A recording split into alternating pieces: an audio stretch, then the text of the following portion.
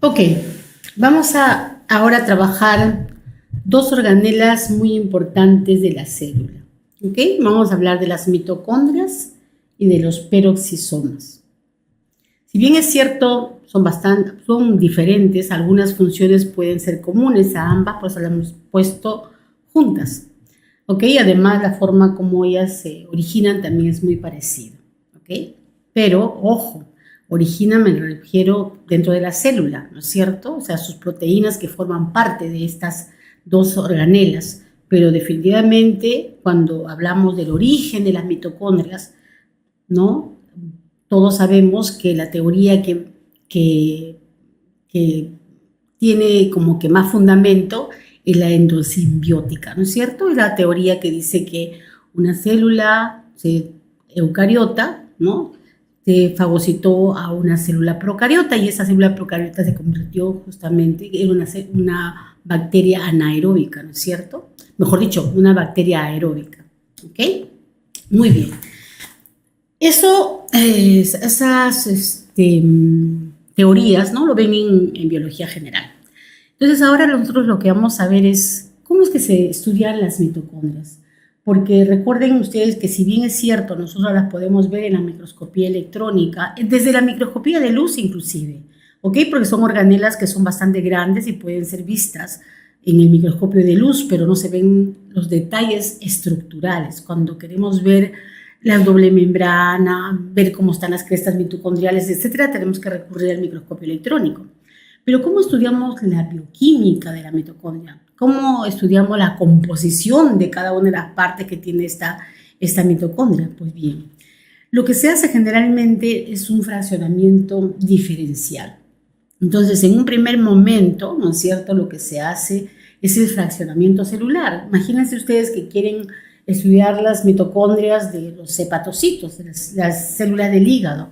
Entonces primero se homogeneiza en un mortero o en un aparato especial que se llama homogenizador, luego se filtra, ¿no es cierto? Y ese homogenizado filtrado, que se ha quedado toda la parte del tejido conectivo de la cápsula que está envolviendo al hígado, etcétera, vasos sanguíneos, etcétera, ¿ok? Se filtra y ese filtrado se centrifuga a bajas velocidades, ¿ok? Entonces, miren ustedes, acá tenemos el homogenizado de células, se centrifuga a bajas velocidades y cuando tenemos el resultado tenemos un pellet, ¿no es cierto?, y un sobrenadante. En este sobrenadante, ¿no es cierto?, ¿ok?, vamos a encontrar diferentes partes de la célula que tienen poco peso molecular y por eso se han quedado arriba, mientras que en el sedimento, ¿no?, vamos a tener posiblemente los núcleos, vamos a tener algunas mitocondrias, pero principalmente los núcleos, ¿ok? Entonces, ¿ven? Tenemos aquí los núcleos y el citoesqueleto en el pellet 1. ¿Okay? Ahora, volvemos a centrifugar, pero ya con una centrifugación de velocidad media, y obtenemos un sobrenadante 2 y un pellet 2. En el sobrenadante 2, ¿no es cierto?, ¿ok?, vamos a tener todas las organelas de tipo vesicular, ¿ok?, y en el pellet 2 vamos a tener las mitocondrias, los lisosomas y los peroxisomas. ¿Ok? Entonces, organelas que son muy parecidas y casi del mismo tamaño, por eso que se sedimentan, ¿no es cierto?, a la misma velocidad. Pero a mí me interesan las mitocondrias, entonces ahora, ¿no es cierto?, yo tendré que tratar de separar, ¿no?, estas de este pellet, ¿no es cierto?, las mitocondrias. Y para eso entonces lo resuspendo, porque cada vez que yo quiero trabajar con el sedimento tengo que resuspenderlo. Se supone en un medio, ¿no es cierto?, que tenga la osmolaridad y las concentraciones de sales adecuadas para que no cause ningún daño sobre estas organelas. ¿Ok? Entonces ahora en el pellet 3 voy a tener, después de centrifugar a altas velocidades, voy a tener microsomas y otras pequeñas vesículas. Entonces esto ya a mí no me interesa. Lo que me interesa a mí es esto, ¿no es cierto? ¿Ok?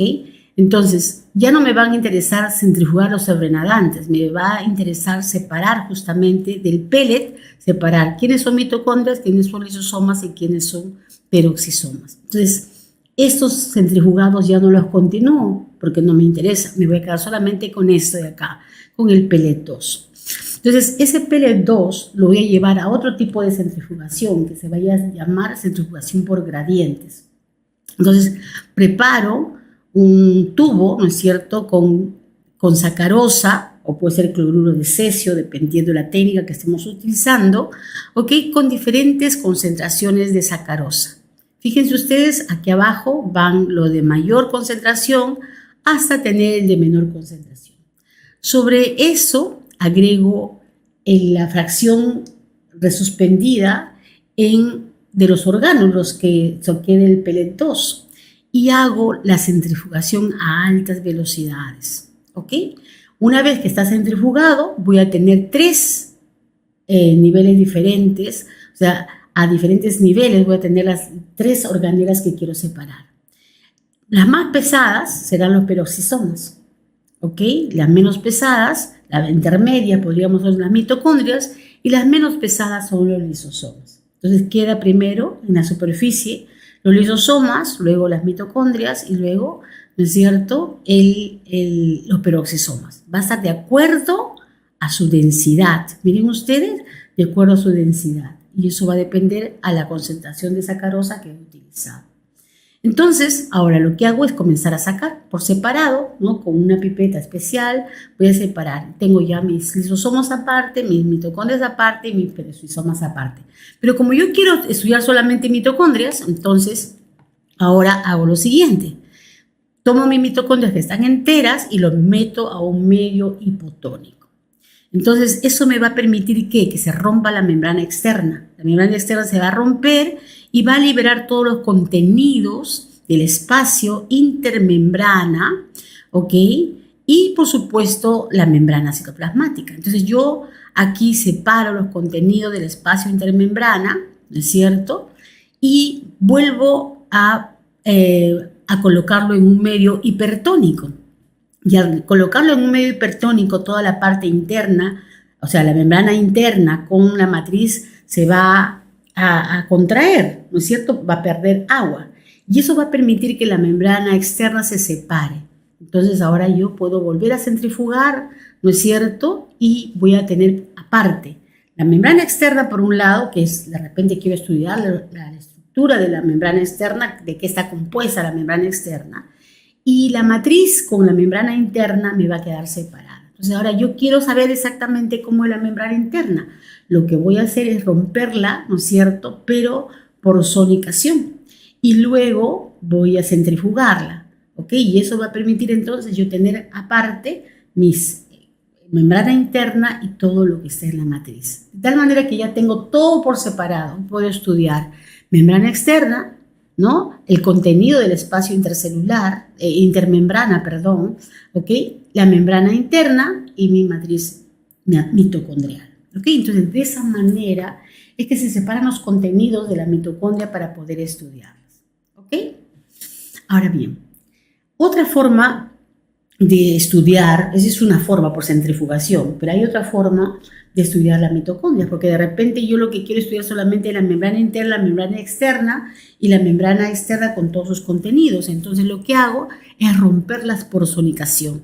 Las meto en una máquina de ultrasonido, ¿no es cierto? Y eso determina, por supuesto, uno tiene que ir graduando la velocidad con la que va el ultrasonido, ¿ok? Y yo puedo separar en pequeñas vesículas mi membrana interna. Miren. Todas esas son las vesículas de membrana interna y todos esos como arbolitos verdes que ustedes ven acá es la TPasa sintasa, una de las proteínas importantes o complejo proteico importante que vamos a encontrar en la membrana interna, ¿no es cierto? Y a toda esta partícula le vamos a llamar partícula submitocondrial, ¿no?, que está purificada. Entonces aquí tenemos, ¿no?, a la ATPasa, ¿no es cierto?, con sus dos porciones, la F0 y la F1. ¿no? Sobre todo la F1 es la que se ve como pequeñas cabecitas, como pequeñas vesículas que están sobresaliendo de esta ruptura. Ahora, ¿De qué manera eso está en mi esquema, definitivamente, ¿no es cierto? Pero ¿cómo yo sé que estoy obteniendo tal y cual cosa?